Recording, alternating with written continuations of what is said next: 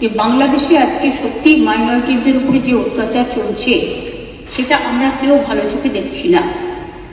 এবং কেউ কেউ, আমি এখনো মনে করি, দাঙ্গা কখনো হিন্দু করে না, দাঙ্গা কখনো মুসলমান করে না, দাঙ্গা কখনো শিখ করে না, দাঙ্গা কখনো খ্রিস্টান করে না। দাঙ্গা করে কতিপয় সমাজ বিরোধী এবং যারা সমাজের বোঝা। সুতরাং এই ব্যাপারটিকে এই অ্যাঙ্গেল থেকে দেখে আমরা সবাই যেন এমন কোনো মন্তব্য না করি যাতে আমাদের কোনো রকম পরিস্থিতি বাংলায় এটাকে নিয়ে খারাপ হয়।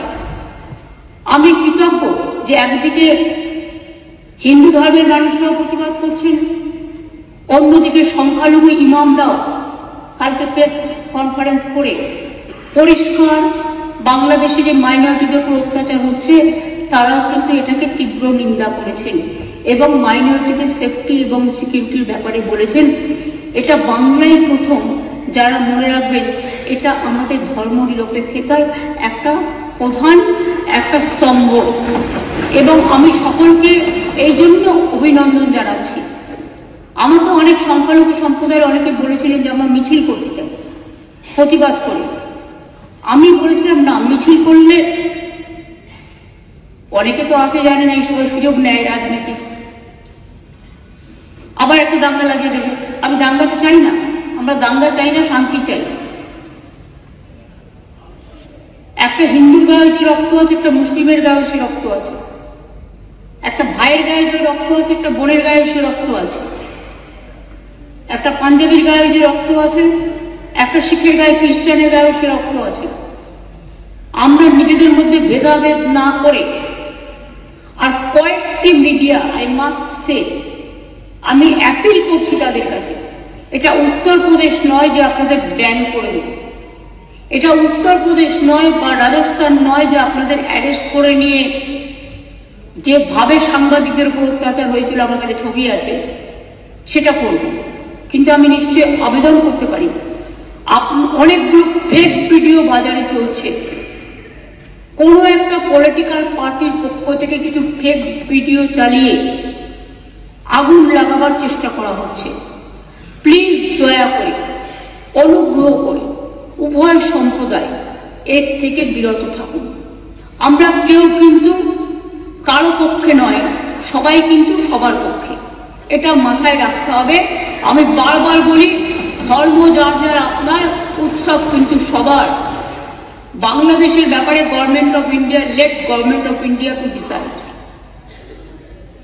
এখানে আমরা যেন কেউ অতিরিক্ত কথা না বলি এবং অতিরিক্ত কথা বলে পরিস্থিতিটা নষ্ট না করি। যারা ভাবছেন এটা নিয়ে রাজনীতি করবেন তারা জেনে রাখুন, ওটা করতে গেলে আপনার রাজ্যেরও ক্ষতি হবে, ওখানেও যারা আমাদের বন্ধু বান্ধবরা আছে, ভাই বোনেরা আছে, তাদেরও ক্ষতি হবে। আমরা এটা চাই না। গভর্নমেন্টের কতগুলো পলিসি আছে, যেমন এক্সটার্নাল অ্যাফেয়ার্স পলিসি, এটা গভর্নমেন্ট অফ ইন্ডিয়ার ভাগ্যে পড়ে, আমাদের নয়, ওদের জুরিসডিকশনে পড়ে। অনেকে ওপার বাংলা থেকে এপার বাংলা আসতে চাইছে কিন্তু তারা ঢুকতে পারছে না। আমাদের কোনো আপত্তি নেই, কিন্তু সেখানে বর্ডার সিকিউরিটি ফোর্স দায়িত্ব নিয়েছেন, তারা আসতে দেবে কি দেবে না এটা তাদের ব্যাপার, সেই নিয়েও আমি কোনো কটু মন্তব্যে যাব না। কিন্তু যাদের টাকা আছে, পয়সা আছে, ভিসা আছে, পাসপোর্ট আছে, তারা তো প্লেনে চলে আসছে। প্লেন তো আসছে, প্লেন তো চলছে, ট্রেন তো চলছে, কিন্তু গরিব মানুষগুলো যাদের কাছে হয়তো কিছু নেই, তারা আসতে গেলে পারছে না, তারা বাধা পাচ্ছে বিএসএফ এর কাছে। আমাদের হাতে কিন্তু বর্ডার নেই, এটা মাথায় রাখবেন। তাই আমি সবাইকে বলবো, এমন কোনো কথা যাতে আমরা না বলি, যাতে কোনো আমাদের পক্ষও নয়, এ পক্ষও নয়, ও পক্ষও নয়। আমি সবাইকে আবেদন করছি যাতে কোনো অতিরিক্ত কোনো প্ররোচনা সৃষ্টি হতে পারে। আমি যতদূর জানি কালকে ফরেন সেক্রেটারি যাবেন বাংলাদেশে,